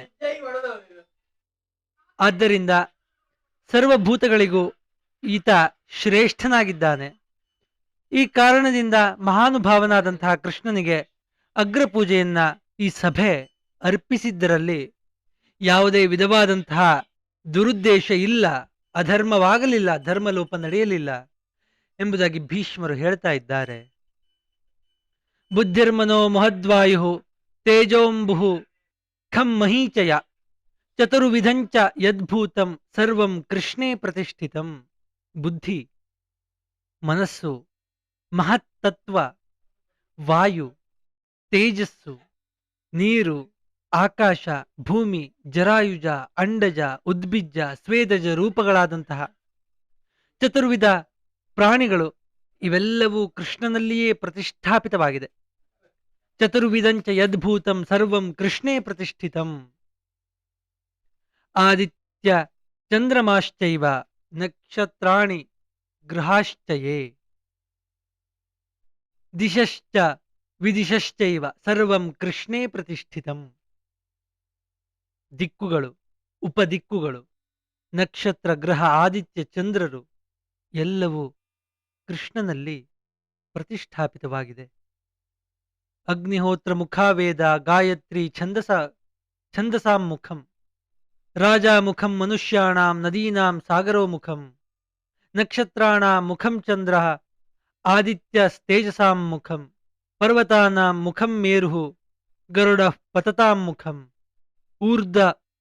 ಊರ್ಧ್ವಂ ತಿರ್ಯಗದಶ್ಚೈವ ಯಾವತಿ ಜಗತೋ ಗತಿಃ ಸದೇವಕೇಶು ಲೋಕೇಶು ಭಗವಾನ್ ಕೇಶವೋ ಮುಖಂ. ಎಲ್ಲವನ್ನ ತಿಳಿದಿರತಕ್ಕಂತಹ ಭೀಷ್ಮರು ಕೃಷ್ಣನ ಬಗೆಗೆ ಈ ರೀತಿಯಾದಂತಹ ಮಾತುಗಳನ್ನ ಆಡ್ತಾ ಇದ್ದಾರೆ. ವೇದವಿಹಿತವಾದ ಪ್ರಕ್ರಿಯೆಗಳಲ್ಲಿ ಅಗ್ನಿಹೋತ್ರ ಮುಖ್ಯವಾದದ್ದು. ಛಂದಸ್ಸುಗಳಲ್ಲಿ ಗಾಯತ್ರಿ ಛಂದಸ್ಸು ಮುಖ್ಯವಾದದ್ದು. ನರರಲ್ಲಿ ರಾಜನೇ ಮುಖ್ಯ. ನದಿಗಳಲ್ಲಿ ಸಮುದ್ರವೇ ಶ್ರೇಷ್ಠವಾದಂತಹ ಗತಿ. ನಕ್ಷತ್ರಗಳಿಗೆ ಚಂದ್ರ ಮುಖಪ್ರಾಯನಾಗಿದ್ದಾನೆ. ಸಕಲ ತೇಜೋ ರಾಶಿಗಳಿಗೆ ಆದಿತ್ಯ ಕರ್ತೃವು. ಪರ್ವತಗಳಲ್ಲೆಲ್ಲ ಶ್ರೇಷ್ಠವಾದಂಥದ್ದು ಮೇರು ಪರ್ವತ. ಹಾರುವಂತಹ ಜೀವಿಗಳಲ್ಲಿ ಗರುಡನೇ ಮುಖ್ಯ. ಇದೇ ರೀತಿಯಲ್ಲಿ ದೇವಲೋಕವಾದಂತಹ ಸಮಸ್ತ ಲೋಕಗಳಲ್ಲಿ, ಚತುರ್ದಶ ಭುವನಗಳಲ್ಲಿ, ಸದೈವ ದಿಕ್ಕುಗಳಲ್ಲಿ ಎಲ್ಲೆಲ್ಲಿಯವರೆಗೆ ಜಗತ್ತಿನ ವ್ಯಾಪನೆ ಇದೆಯೋ ಅವೆಲ್ಲವಕ್ಕೂ ಶ್ರೀ ಮಾಧವನೇ ಮುಖ್ಯ. ಆದರೆ ನೆರೆದಂತಹ ಎಲ್ಲ ಪ್ರಮುಖ ರಾಜರು, ಸಮಸ್ತ ಪರಾಕ್ರಮಶಾಲಿಗಳೆಲ್ಲರೂ ಕೃಷ್ಣನಿಗೆ ಪ್ರಥಮಾರ್ಘ್ಯ ಪೂಜೆಯನ್ನ ಒಪ್ಪಿದ್ರೂ ಕೂಡ ಶಿಶುಪಾಲ ಒಪ್ತಾ ಇಲ್ವಲ್ಲ. ಆದರೆ ಶಿಶುಪಾಲನಿನ್ನು ಬುದ್ಧಿಯಲ್ಲಿ ಬಾಲನಾಗಿರುವುದರಿಂದ ಕೃಷ್ಣನ ಮಹಾತ್ಮ್ಯವನ್ನ ಅರಿಯದೆ ಎಲ್ಲೆಡೆಗಳಲ್ಲಿಯೂ ಇದೇ ರೀತಿಯಲ್ಲಿ ಕೃಷ್ಣನನ್ನ ತೆಗಳ್ತಾ ಇದ್ದಾನೆ. ಯೋ ಹಿ ಧರ್ಮಂ ವಿಚಿನುಯಾದೃಷ್ಟಂ ಮತಿಮಾನ್ನರಃ ಸ ವೈ ಪಶ್ಯೇದ್ಯಥಾ ಧರ್ಮಂ ನ ತಥಾ ಚೇದಿರಾಡಯಂ ನ ಚೇದಿ ಎಂಬುದಾಗಿ. ಬುದ್ಧಿವಂತನಾದಂತಹ ಆತ್ಮದರ್ಶನಾಕಾಂಕ್ಷಿಯಾದ ಪ್ರತಿಯೊಬ್ಬ ಮಾನವನು ಕೃಷ್ಣನ ವಿಷಯವಾಗಿ ನಾನು ಹೇಳಿದಂತಹ ರೀತಿಯಲ್ಲಿ, ಅಂತಂದ್ರೆ ಈ ಹಿಂದೆ ಭೀಷ್ಮರು ಯಾವ ಯಾವ ವಿಚಾರಗಳನ್ನ ಕೃಷ್ಣನ ಬಗೆಗೆ ಹೇಳಿದ್ದಾರೋ ಆ ರೀತಿಯಲ್ಲಿ ಆತ್ಮದರ್ಶನಾಕಾಂಕ್ಷಿಯಾದಂತಹ ಪ್ರತಿಯೊಬ್ಬ ಮಾನವನು ಜಿಜ್ಞಾಸೆಯನ್ನ ಮಾಡ್ತಾನೆ. ಆದರೆ ಚೇದಿರಾಜನಾದಂತಹ ಶಿಶುಪಾಲ ಇದಕ್ಕೆ ವ್ಯತಿರಿಕ್ತವಾಗಿ ಕೃಷ್ಣನನ್ನ ತೆಗಳುವ ಒಂದು ಕಾರ್ಯವನ್ನ ಮಾಡ್ತಾ ಇದ್ದಾನೆ. ಆ ಬಾಲವೃದ್ಧರಾಗಿ ಯಾರು ತಾನೇ ಕೃಷ್ಣನು ಅಗ್ರಪೂಜೆಗೆ ಅನರ್ಹ ಎಂಬುದಾಗಿ ಭಾವಿಸ್ತಾರೆ? ಈ ಮಹಾಸಭೆಯಲ್ಲಿ ನೆರೆದಿರುವ ರಾಜರಲ್ಲಿ ಯಾವೊಬ್ಬನಾದರೂ ಕೇಶವನ ಅಗ್ರಪೂಜೆಗೆ ಅನರ್ಹ ಎಂಬುದಾಗಿ ಹೇಳುವವನಿದ್ದಾನೆಯೇ? ಸರ್ವಥಾ ಇಲ್ಲವೆಂದು ಭೀಷ್ಮರು ದೃಢ ವಿಶ್ವಾಸಗಳಿಂದ ಹೇಳ್ತಾ ಇದ್ದಾರೆ. ಆದರೆ ಶಿಶುಪಾಲ ಮಾತ್ರ ಈ ಪೂಜೆಯೇ ದುಷ್ಕೃತ, ಇದು ಅಧರ್ಮ, ಸಾರಾ ಸಗಟಾದ ರೀತಿಯಲ್ಲಿ ಈ ಈ ಒಂದು ಕಾರ್ಯಕ್ರಮ ನಡೆಯುತ್ತಾ ಇಲ್ಲ ಎಂಬುದಾಗಿ ವರ್ತಿಸ್ತಾ ಇದ್ದಾನಲ್ಲ. ಈ ರೀತಿಯಲ್ಲಿ ದುಷ್ಕೃತ ಪೂಜೆಯ ವಿಷಯದಲ್ಲಿ ಏನು ಮಾಡಬೇಕೆಂಬಂತಹ ಅಭಿಪ್ರಾಯವಿದೆಯೋ ಆ ರೀತಿಯಲ್ಲಿ ವರ್ತಿಸಲು ಶಿಶುಪಾಲ ಸ್ವತಂತ್ರನಾಗಿದ್ದಾನಲ್ಲ. ಈ ವಿಷಯವನ್ನ ಕೃಷ್ಣಲೀಲಾ ವಿಭಾಗದಲ್ಲಿ ಇನ್ನು ಮಹತ್ತರವಾದ ರೀತಿಯಲ್ಲಿ ವರ್ಣಿಸಲಾಗಿದೆ.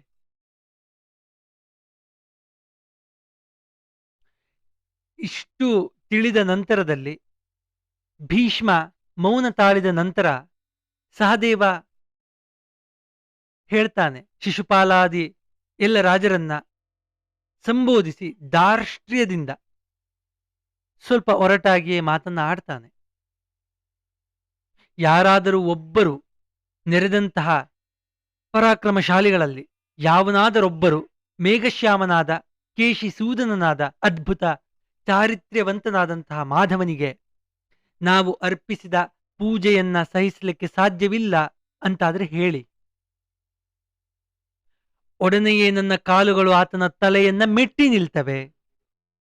ಅಸಹನೆ ಇರುವವರು ಒಡನೆಯೇ ಮೇಲೆದ್ದು ಉತ್ತರಿಸಲಿ. ಅಥವಾ ಬುದ್ಧಿವಂತರಾದಂತಹ ಈ ರಾಜರು ಆಚಾರ್ಯನು ತಂದೆಯೂ ಗುರುವೂ ಆಗಿರುವಂತಹ ಶ್ರೀ ಕೇಶವನಿಗೆ ನಮ್ಮಿಂದ ಅರ್ಪಿತವಾದಂತಹ ಅಗ್ರ ಪೂಜೆಯನ್ನ ಒಪ್ಪಿಕೊಳ್ಳಲಿ. ಹೀಗೆ ಹೇಳಿ ಸಹದೇವ ತನ್ನ ಕಾಲನ್ನ ಮೇಲಕ್ಕೆತ್ತಿದ.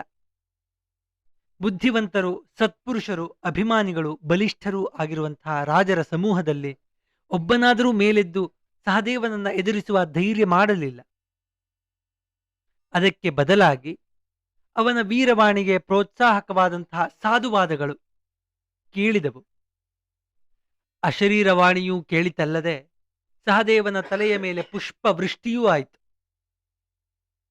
ಅನಂತರ ಭೂತ ಭವದ್ ವರ್ತಮಾನಗಳನ್ನ ತಿಳಿದಿದ್ದಂತಹ, ಭವಿಷ್ಯತ್ತನ್ನ ಅರಿತಂತಹ ತ್ರಿಕಾಲ ಜ್ಞಾನಿಗಳಾದಂತಹ, ಸರ್ವ ಸಂಶಯ ನಿವಾರಕರಾದಂತಹ, ಸರ್ವಲೋಕಜ್ಞರಾದಂತಹ ನಾರದರು ಕೃಷ್ಣಾಜಿನವನ್ನ ಮೇಲೆತ್ತಿ ಸಭಾಮಧ್ಯದಲ್ಲಿ ಕೃಷ್ಣನ ವಿಷಯವಾಗಿ ತಮ್ಮ ನಿಶ್ಚಿತ ಅಭಿಪ್ರಾಯವನ್ನ ಸ್ಪಷ್ಟವಾಗಿ ಹೇಳತೊಡಗಿದರು. ಕೃಷ್ಣಂ ಕಮಲಪತ್ರಾಕ್ಷಂ ನಾರ್ಚಯಿಷ್ಯಂತಿ ಯೇ ನರಾಹ ಜೀವನ್ ಮೃತಾಸ್ತು ತೇ ಜ್ಞೇಯ ನ ಸಂಭಾಷ್ಯಾಹ ಕದಾಚನ. ಕಮಲದಳ ನೇತ್ರನಾದಂತಹ ಪರಮ ಪುರುಷನಾದಂತಹ ಶ್ರೀಕೃಷ್ಣನನ್ನ ಯಾರು ಅರ್ಚಿಸುವುದಿಲ್ಲವೋ ಅವರು ಬದುಕಿದ್ದರೂ ಸತ್ತಂತೆಯೇ ಸರಿ. ಅಂತಹವರು ಯಾವಾಗಲೂ ಸಂಭಾಷಣೆಗೂ ಅಯೋಗ್ಯರು, ಯಾವಾಗಲೂ ಸಂಭಾಷಣೆಗೂ ಯೋಗ್ಯರು ಎಂದೆನಿಸುವುದಿಲ್ಲ. ಅಂತಹವರೊಡನೆ ಮಾತನ್ನ ಆಡಬಾರದು ಎಂಬುದಾಗಿ ನಾರದರು ಹೇಳ್ತಾ ಇದ್ದಾರೆ.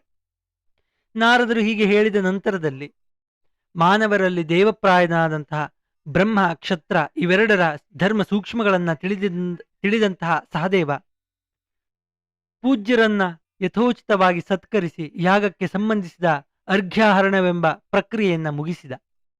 ಆದರೆ ಸಹದೇವ ಶ್ರೀಕೃಷ್ಣನಿಗೆ ಅಗ್ರಪೂಜೆ ಮಾಡುವುದು ಸರ್ವಥಾ ಅಪರಾಧ ಎಂಬುದೇ ಶಿಶುಪಾಲನ ಭಾವನೆ. ಕ್ಷಣ ಕ್ಷಣಕ್ಕೂ ಅವನ ಕೋಪ ಉಕ್ಕೇರ್ತಾ ಇತ್ತು. ಸಹದೇವನ ಮಾತುಗಳು ಅವನ ಕೋಪವೆಂಬ ಅಗ್ನಿಗೆ ಮತ್ತಷ್ಟು ತುಪ್ಪವನ್ನ ಸುರಿದು ಅವನನ್ನ ಕಿಡಿಕಿಡಿಯಾಗಿಸಿದ. ಸುತ್ತಲೂ ಇದ್ದ ರಾಜರ ಕುರಿತಾಗಿ ಹೇಳ್ತಾ ಇದ್ದಾನೆ ಶಿಶುಪಾಲ.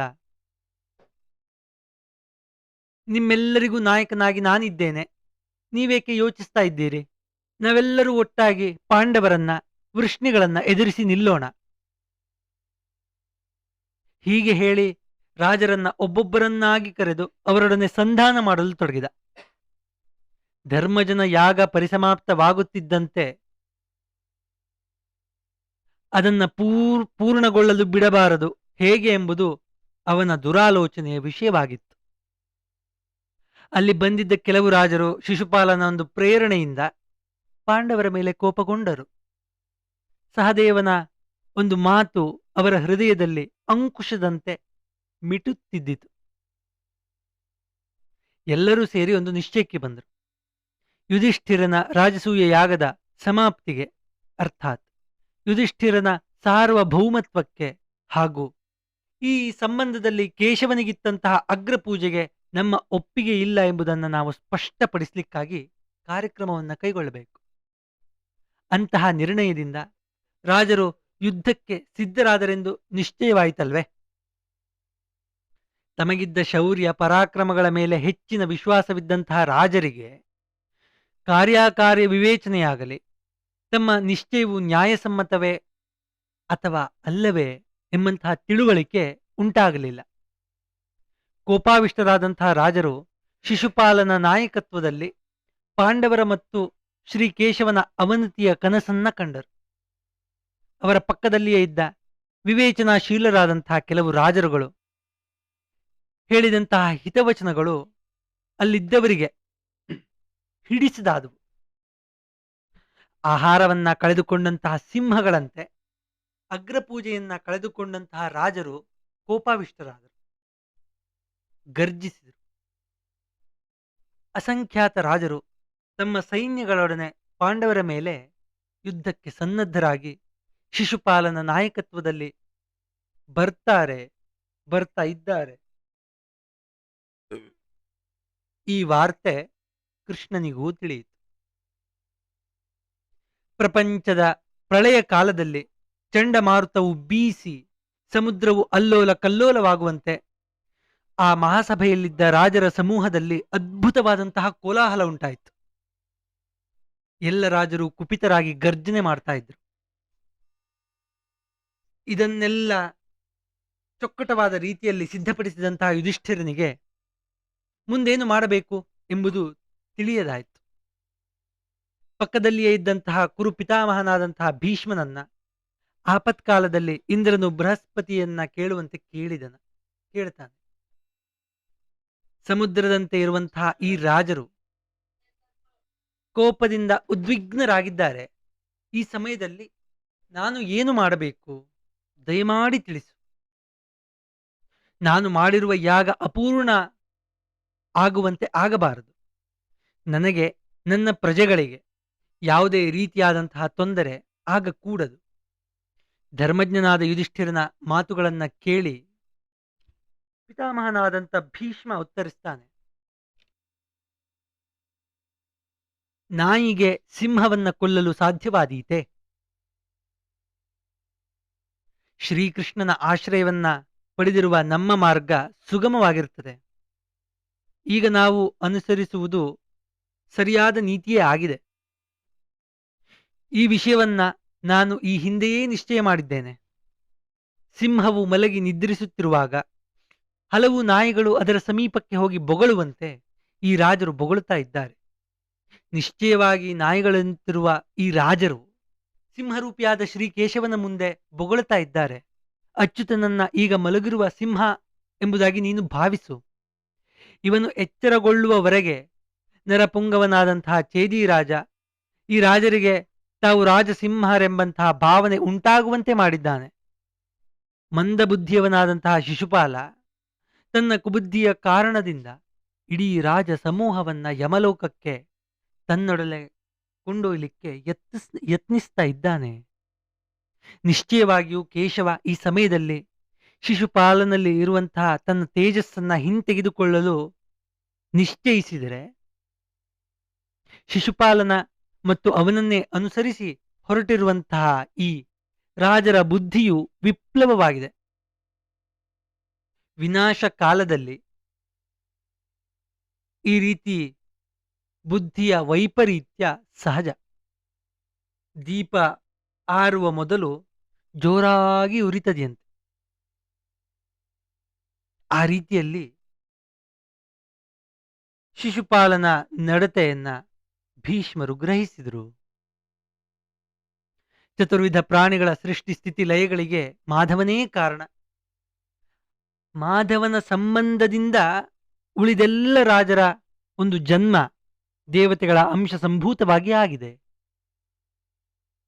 ಅಂತಹವನು ನಿನಗೆ ಆಶ್ರಯದಾತನಾಗಿರುವಾಗ ನೀನು ಕಳವಳ ಪಡಲಿಕ್ಕೆ ಕಾರಣವೇನು ಎಂಬುದಾಗಿ ಭೀಷ್ಮರು ಯುಧಿಷ್ಠಿರನ ಬಳಿ ಹೇಳ್ತಾ ಇದ್ದಾರೆ. ಭೀಷ್ಮನ ಮಾತುಗಳನ್ನು ಕೇಳಿದ ನಂತರದಲ್ಲಿ ಯುಧಿಷ್ಠಿರನ ಮನಸ್ಸಿಗೆ ಸ್ವಲ್ಪ ನೆಮ್ಮದಿಯಾಯಿತು. ಚೇದಿರಾಜನಿಗೆ ಇನ್ನೂ ಮಹತ್ತರವಾದಂತಹ ಕೋಪವೂ ಉಂಟಾಯಿತು. ಶಿಶುಪಾಲ ಭೀಷ್ಮರನ್ನ ಕಟುವಾಗಿ ನಿಂದಿಸ್ತಾ ಇದ್ದಾನೆ. ವೃದ್ಧ ಕುರುಕುಲ ಕಳಂಕ ಆಗಿರುವಂತಹ ಭೀಷ್ಮನಿಗೆ ಈ ಮಹಾಸಭೆಯಲ್ಲಿ ಉಪಸ್ಥಿತರಾಗಿರುವ ರಾಜಾದಿರಾಜರ ಅನೇಕ ವಿಧವಾದ ಭಯೋತ್ಪಾದಕ ಮಿಥ್ಯಾವಾಕ್ಯಗಳಿಂದ ಭಯಪಡಿಸಲಿಕ್ಕೆ ನಾಚಿಕೆ ಆಗೋದಿಲ್ವೇ? ಮೂರನೆಯ ಪ್ರಕೃತಿಯಲ್ಲಿರುವವ ಅಂತಂದ್ರೆ ನಪುಂಸಕನಂತೆ ಇರುವಂತಹ ಭೀಷ್ಮನಿಗೆ ಆಡಿರುವಂತಹ ಮಾತುಗಳು, ಧರ್ಮಭ್ರಷ್ಟವಾದಂತಹ ಮಾತುಗಳು ಅನುರೂಪವಾಗಿಯೇ ಇದೆ. ಅದು ಯಾಕೋ ಗೊತ್ತಿಲ್ಲ, ಇಂತಹ ಒಂದು ಧರ್ಮಭ್ರಷ್ಟನನ್ನ ಕುರುವಂಶದ ಅರಸರು ತಮ್ಮ ಮಾರ್ಗದರ್ಶಕ ಎಂಬುದಾಗಿ ಅಂದುಕೊಂಡಿದ್ದಾರೆ. ಒಂದು ದೋಣಿಗೆ ಮತ್ತೊಂದು ದೋಣಿಯನ್ನ ಕಟ್ಟಿ ಬಿಡುವಂತೆ, ಒಬ್ಬ ಕುರುಡನಿಗೆ ಇನ್ನೊಬ್ಬ ಕುರುಡ ದಾರಿ ತೋರಿಸುವಂತೆ ಭೀಷ್ಮ ಕುರುವಂಶದವರಿಗೆ ಅಗ್ರೇಸರನಾಗಿದ್ದಾನೆ. ಪೂತನಿಯ ಪ್ರಾಣಹಾರಕ, ಶಕಟಾಸುರ ಭಂಜನ ಇತ್ಯಾದಿ ಅನೇಕಾನೇಕ ಗುಣವಾಚಕಗಳನ್ನ ಈ ಗೋಪಾಲನಿಗೆ ಸಮಾರೋಪಿಸಿ ನಮ್ಮ ಮನಸ್ಸನ್ನ ಅಂತಂದ್ರೆ ನೆರೆದಿರುವಂತಹ ನಮ್ಮೆಲ್ಲ ರಾಜರ ಮನಸ್ಸನ್ನ ಬಹಳವಾಗಿ ನೋಯಿಸಿದ್ದಾನೆ ಭೀಷ್ಮ. ಪುನರಾವರ್ತಿತವಾದಂತಹ ಮಾಧವನ ಕೀರ್ತನೆಯಿಂದ ನೆರೆದ ಎಲ್ಲ ರಾಜರ ಹೃದಯಗಳು ವ್ಯಾಕುಲಗೊಂಡಿದೆ. ಪಿತಾಮಹನಾದಂತಹ ಭೀಷ್ಮ ಮೂರ್ಖನೇ ಸರಿ, ದುರಭಿಮಾನಿ. ಈ ದನಗಾಹಿ ಪುರುಷನನ್ನ ಅನವರತ ಸ್ತೋತ್ರ ಮಾಡುತ್ತಿರುವ ನಿನ್ನ ನಾಲಿಗೆ ಅಂದ್ರೆ ಭೀಷ್ಮನ ನಾಲಿಗೆ 100 ಹೋಳಾಗಿ ಚೂರಾಗಿ ಸೀಳಿ ಹೋಗಬಾರದೇಕೆ? ಶಿಶುಗಳಿಗಿಂತ ವಿವೇಕಶೂನ್ಯರಾದ ಜನರಿಗೆ ಇವನ ಕಾರ್ಯಗಳು ನಿಂದಾರ್ಹವಾಗಿರುವಾಗ ಈ ಗೋಪನನ್ನ ಜ್ಞಾನವೃದ್ಧ ಎಂದೆನಿಸಿಕೊಂಡಂತಹ ನೀನು ಆತನಿಗೆ ಜ್ಞಾನಿ ಎಂಬುದಾಗಿ ಸ್ತೋತ್ರ ಮಾಡಲು ಇಚ್ಛಿಸಿದ್ದೀಯಲ್ಲ.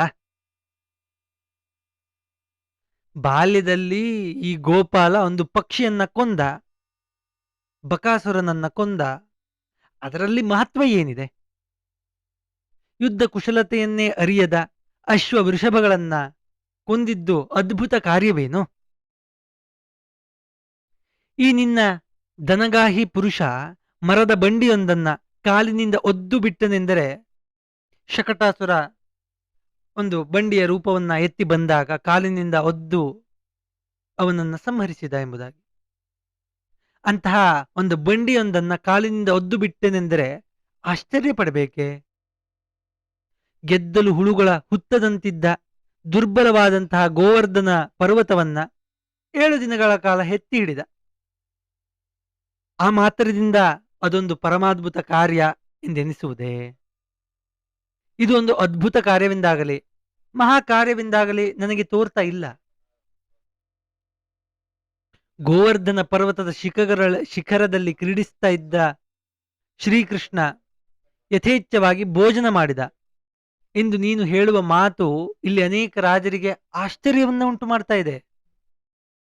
ಇದಕ್ಕಿಂತ ಆಶ್ಚರ್ಯ ವಿಷಯವನ್ನ ನಾನೇ ಹೇಳ್ತೇನೆ. ಮಹಾಮಹಿಮನಾದ ಕಂಸನ ಮನೆಗೆ ಕೃಷ್ಣ ಹೋಗಿ ಆತನ ಮನೆಯಲ್ಲಿ ಯಥೇಚ್ಛವಾಗಿ ಭೋಜನ ಮಾಡಿ ಭೋಜನವಿಟ್ಟಂತಹ ಕಂಸನನ್ನೇ ಕೊಂದ. ಕುರುಕುಲಾಧಮನಾದ ನಿನಗೆ ಅಂದರೆ ಕುರುಕುಲ ಅಧಮನಾದಂತಹ ಭೀಷ್ಮನಿಗೆ ಧರ್ಮಾಧರ್ಮಗಳ ವಿವೇಚನೆ ಇಲ್ಲವೇ? ಸತ್ಪುರುಷರಿಂದ ಭೀಷ್ಮ ಇದುವರೆಗೆ ಕೇಳದಿರುವ ವಿಷಯವನ್ನ ನಾನು ಹೇಳ್ತೇನೆ, ಕೇಳು. ಸ್ತ್ರೀಷು ಗೋಷು ನ ಶಸ್ತ್ರಾಣಿ ಪಾತಯೇದ್ ಬ್ರಾಹ್ಮಣೇಷು ಚ ಯಸ್ಯ ಚಾನ್ನಾನಿ ಭುಂಜೀತ ಯತ್ರ ಚ ಸ್ಯಾತ್ ಪತಿಶ್ರಯ. ಸ್ತ್ರೀಯರ ಮೇಲೆ, ಹಸುಗಳ ಮೇಲೆ, ಬ್ರಾಹ್ಮಣರ ಮೇಲೆ, ಅನ್ನವನ್ನ ಇಟ್ಟವರ ಮೇಲೆ, ಅನ್ನವನ್ನ ಕೊಟ್ಟವರ ಮೇಲೆ, ಆಶ್ರಯವನ್ನ ಇತ್ತವರ ಮೇಲೆ ಆಯುಧಗಳನ್ನ ಎತ್ತಬಾರದು. ಇದು ಧರ್ಮ ಸೂಕ್ಷ್ಮ. ಈ ರೀತಿಯಾಗಿ ಧರ್ಮ ಸೂಕ್ಷ್ಮವನ್ನ ತಿಳಿದಂತಹ ಸತ್ಪುರುಷರು ಅನುಶಾಸನ ಮಾಡಿದ್ದಾರೆ. ಈ ಅನುಶಾಸನ ನಿನ್ನ ಮೇಲೆ ಯಾವ ಪರಿಣಾಮವನ್ನ ಉಂಟು ಮಾಡಿಲ್ಲ ಎಂಬುದಾಗಿ ನನಗೆ ಅನ್ನಿಸ್ತಾ ಇದೆ. ಒಂದು ವೇಳೆ ಭೀಷ್ಮನಾದಂತಹ ನಿನಗೆ ಈ ತತ್ವ ತಿಳಿದಿದ್ದರೆ ಇದು ನಿನ್ನಲ್ಲಿ ವ್ಯರ್ಥವಾಗಿ ಉಳಿದಿದೆ. ಕೃಷ್ಣನ ವಿಷಯದಲ್ಲಿ ಏನೂ ತಿಳಿಯದವನೆಂದು ಭೀಷ್ಮನೇ ಎಲ್ಲವನ್ನ ತಿಳಿದಿದ್ದಾನೆ ಎಂಬುದನ್ನು ಭ್ರಮಿಸಿ ಈ ಗೋಪಾಲನನ್ನ ವೃದ್ಧ, ಜ್ಞಾನವೃದ್ಧ ಮುಂತಾಗಿ ಸ್ತೋತ್ರ ಮಾಡ್ತಾ ಇದ್ದಾರೆ. ಭೀಷ್ಮನ ಮಾತಿನಂತೆ ಗೋಹತ್ಯೆ, ಸ್ತ್ರೀ ಹತ್ಯೆ, ವೃಷಭಾಸುರನ ವಧೆ, ಪುನೀತೆಯ ವಧೆ ಇವುಗಳನ್ನು ಮಾಡಿದವನು ಹೇಗೆ ಪೂಜಾರ್ಹನಾಗ್ತಾನೆ? ಇದರಲ್ಲಿ ಧರ್ಮವೇನು? ನಿಶ್ಚಯವಾಗಿಯೂ ಗೋಹತ್ಯೆ, ಸ್ತ್ರೀ ಹತ್ಯೆಗಳನ್ನು ಮಾಡಿದವನು ಪೂಜಾರ್ಹನಾಗ್ತಾನೆಯೇ?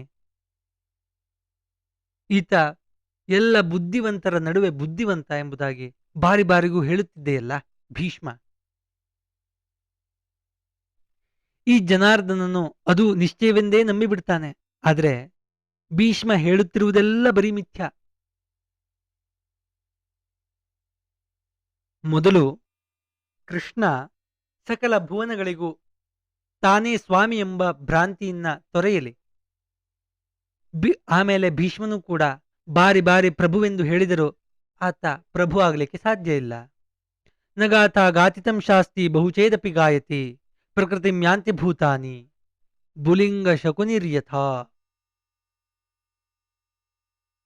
ಕಥೆಗಳನ್ನ ಹೇಳುವವನನ್ನ ಅವನು ಹೇಳುವ ಕಥೆಗಳಲ್ಲಿರುವ ತತ್ವಗಳು ನಿಯಂತ್ರಣ ಮಾಡಲಿಕ್ಕೆ ಸಾಧ್ಯ ಇಲ್ಲ.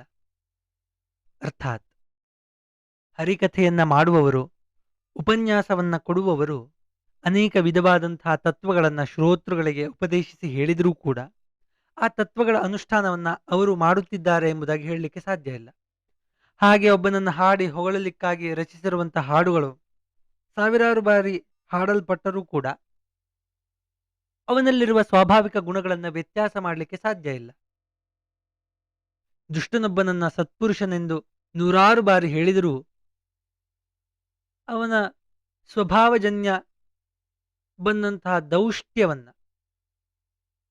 ಆತ ಬಿಡಲಿಕ್ಕೆ ಸಾಧ್ಯ ಇಲ್ಲ.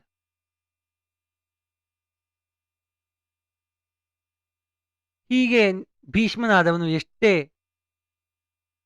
ಗುಣಗಾನ ಮಾಡಿದರೂ ಕೂಡ ಇವನ ಸ್ವಭಾವಜನ್ಯವಾದಂತಹ ದುರ್ಗುಣಗಳು ಇವನನ್ನು ಬಿಟ್ಟು ಹೋಗಲಿಕ್ಕೆ ಸಾಧ್ಯವಿಲ್ಲ. ನಿಶ್ಚಯವಾಗಿಯೂ ಭೀಷ್ಮನ ಗುಣಗಳು ಏನಿವೆ ಅವು ಬಹಳ ಹೀನವಾದದ್ದು. ಇದರಲ್ಲಿ ಯಾವುದೇ ವಿಧವಾದಂತಹ ಸಂಶಯವೇ ಇಲ್ಲ. ಕೃಷ್ಣ ಯಾರಿಗೆ ಮಹಾಪೂಜ್ಯನಾಗಿದ್ದಾನೋ ಹಾಗೂ ಭೀಷ್ಮ ಯಾರಿಗೆ ಮಾರ್ಗದರ್ಶಕನಾಗಿದ್ದಾನೋ ಆ ಪಾಂಡವರ ಸ್ವಭಾವಜನ್ಯವಾದ ಗುಣಗಳು ನಿಂದ್ಯವಾದವು.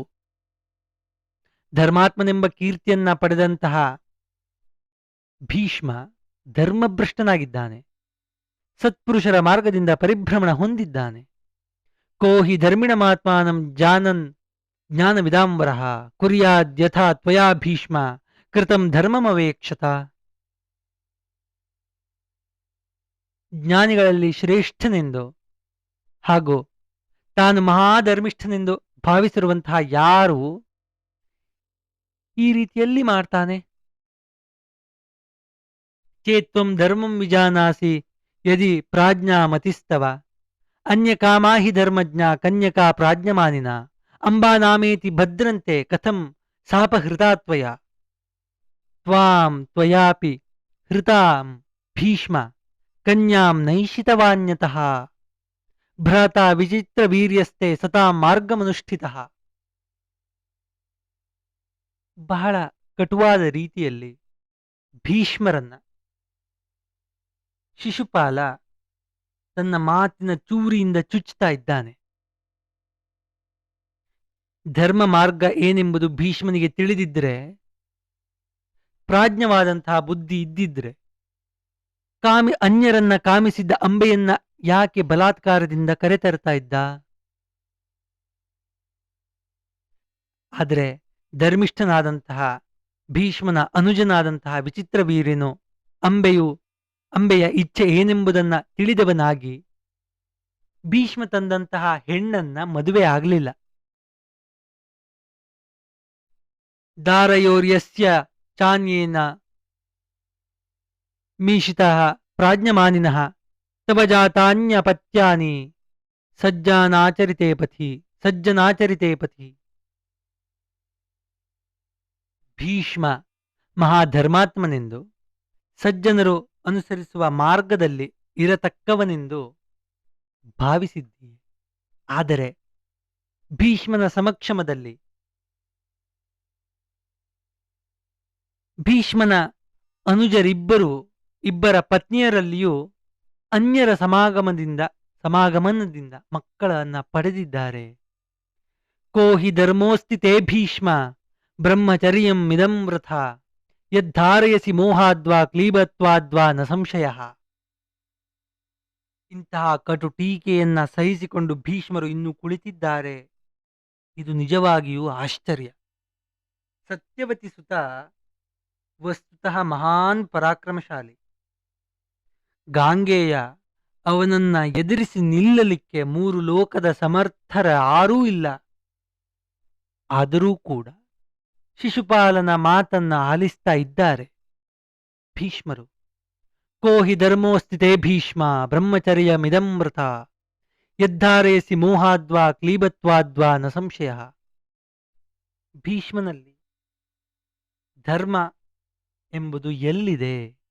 ಮೋಹದಿಂದಲೋ ಅಥವಾ ನಪುಂಸಕತ್ವದಿಂದಲೋ?